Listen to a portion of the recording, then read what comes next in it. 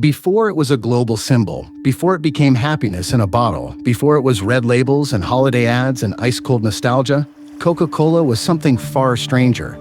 It began as a mistake, a cure that didn't cure, a medicine that worked better when it failed, and a drink that was never meant to be a drink at all.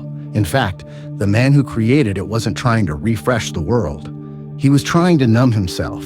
This is the strange origin of Coca-Cola, and it starts not with celebration, but with pain, addiction, and a lie told politely enough that no one questioned it. In the late 19th century, America was obsessed with tonics, snake oils, miracle syrups, liquids that promised relief from anxiety, exhaustion, sadness, and the quiet dread of modern life. People didn't trust doctors yet, but they trusted bottles. And into that world stepped a pharmacist named John Stith Pemberton, a Civil War veteran whose body never truly recovered from the battlefield. He lived with chronic pain, and like many men of his time, he relied on morphine to survive it. But morphine had its own cost: addiction, dependence, a slow erosion of control. So Pemberton did what pharmacists did back then. He experimented. He searched for a formula that could replace one dependency with something safer, something respectable, something he could sell without shame. What he created was not a soda. It was a nerve tonic. A syrup mixed with alcohol, coca leaf extract, and caffeine-rich cola nut. It was meant to stimulate the mind, lift the mood, and soothe the body. And yes, it contained cocaine. Legal, common, praised. The drink was called Coca wine, and it sold modestly. But then something unexpected happened. America panicked. Temperance movements rose, alcohol was condemned. And overnight, Pemberton's formula became a problem. So he removed the alcohol, kept the stimulation, and served it mixed with carbonated water. Not because it was better, but because it was allowed. And something strange happened. People liked it, not as medicine, as a pleasure. They didn't care what it cured. They cared how it made them feel. And this is where Coca-Cola truly begins, not as science, but as sensation. The name itself was a clever distraction. Coca for energy, cola for strength.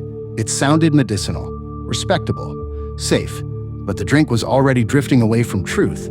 The cocaine was still there, quietly doing its work, sharpening focus, lifting mood, creating desire for more. Customers didn't ask why they felt better. They just came back. Again and again.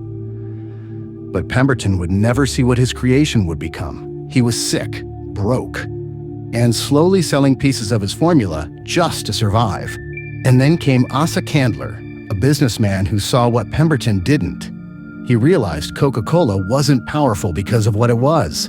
It was powerful because of what it promised: energy, relief, happiness, and most importantly, consistency. Candler didn't change the drink. He changed the story. He advertised relentlessly. He plastered the name everywhere. He made Coca-Cola unavoidable.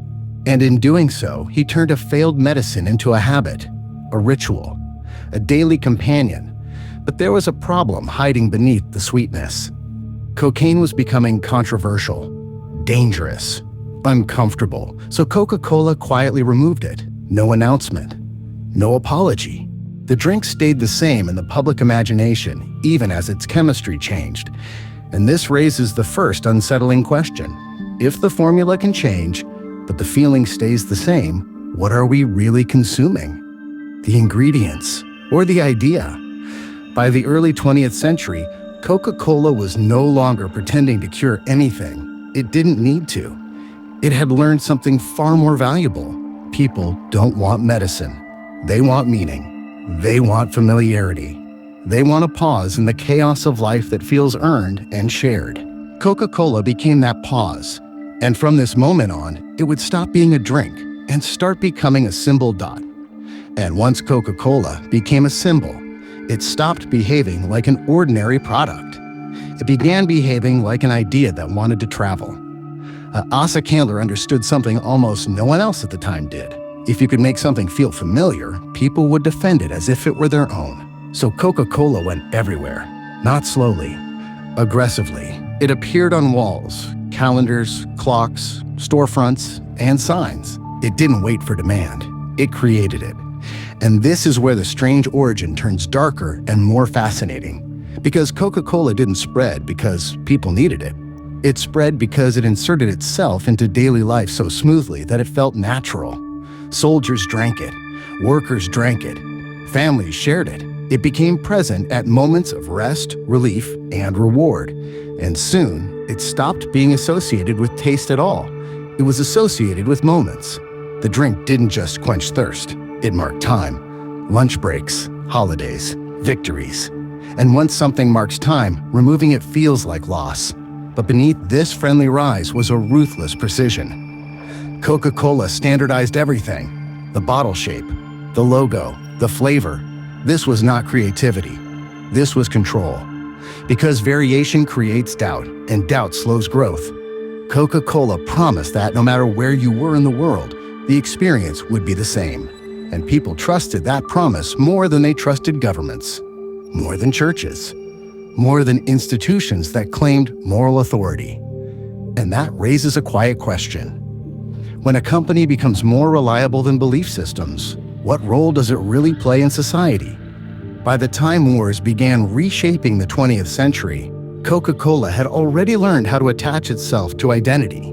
During wartime, it followed soldiers across oceans, not because it was necessary, but because it reminded them of home. And home is powerful. Home lowers defenses. Home invites loyalty. So when the war ended, Coca-Cola didn't withdraw, it stayed.